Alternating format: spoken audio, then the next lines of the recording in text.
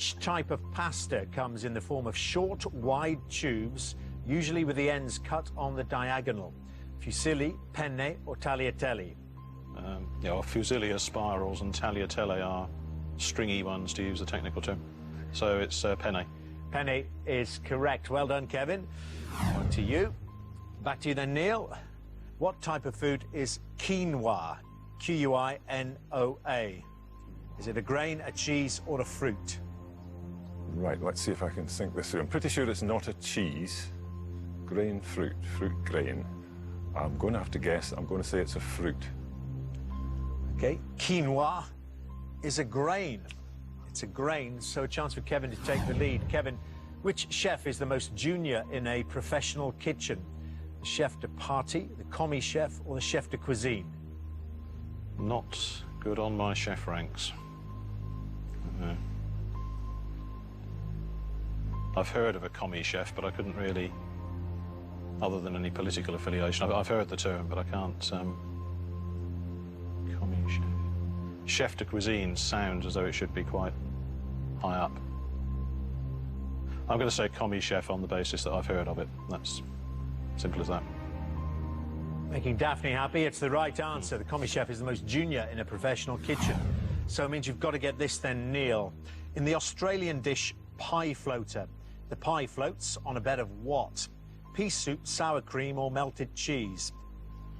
Right, well, looking at these three and trying to imagine which of them a pie actually would float on, I don't think a pie would float on pea soup.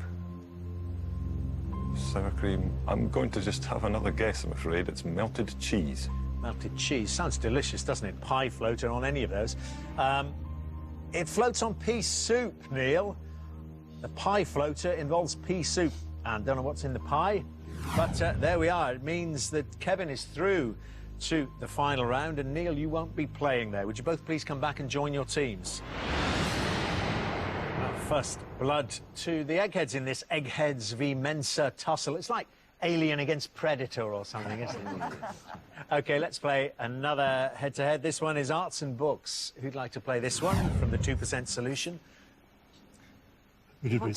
What's either you or I don't mind. I think you're probably ahead of me, actually. Right.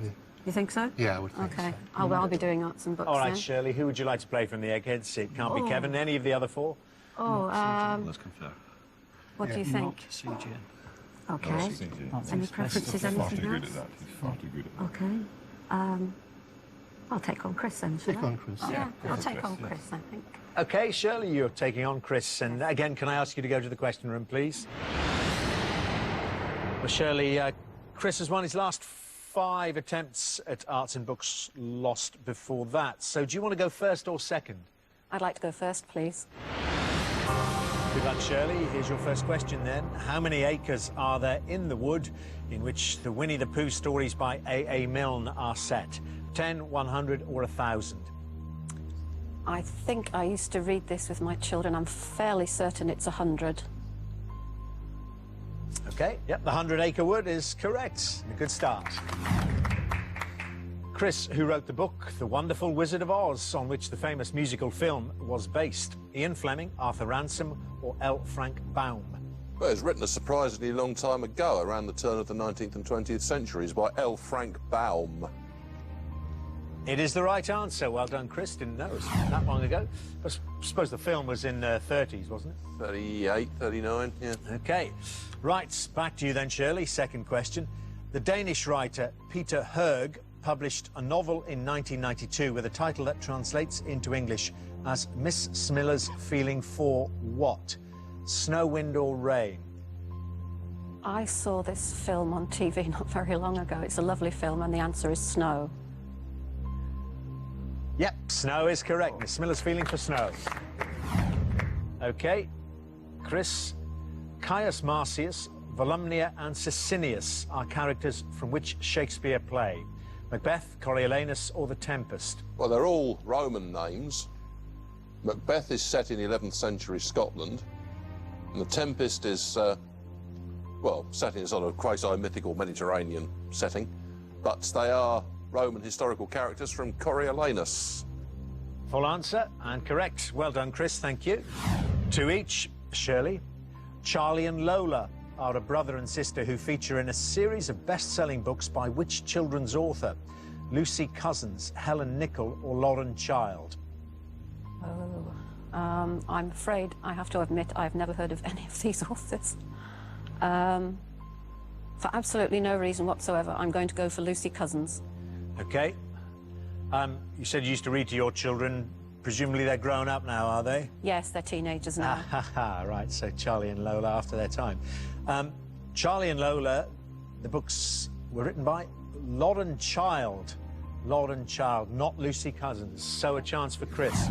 Chris, what is the first name of the title character in Puccini's opera Tosca? Floria, Musetta, or Magda?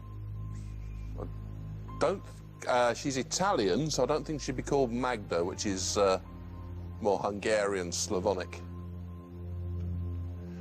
I think she'd be called Musetta. OK. That's a pure guess, mind. I can tell that because it's wrong. It's Floria. Floria. So let's off for Shirley. We go to sudden death, and Shirley, that means we remove those choices. Should you need to hazard a guess, it's a lot more difficult. Shirley, which English romantic poet died in 1821 in Rome in a house at the bottom of the Spanish Steps? I think it was Shelley. I think it was Shelley. I'll go with Shelley. Shelley, OK. It's not Shelley, Shirley. It is, do you know Chris could have been you? Not Chatterton, is it? No, it's Keats. It's Keats. John Keats. And you didn't get that, so it means, Chris, another chance for you to win. The poet Assia Weevil was the long-term mistress of which notable British literary figure who died in 1998? 1998. Wasn't Graham Greene, was it? No, it wasn't. Yeah, we'll say Graham Greene. Graham Greene? Yeah. It's incorrect. Eggheads? Ted Hughes. Ted Hughes. All right then, Shirley, we continue.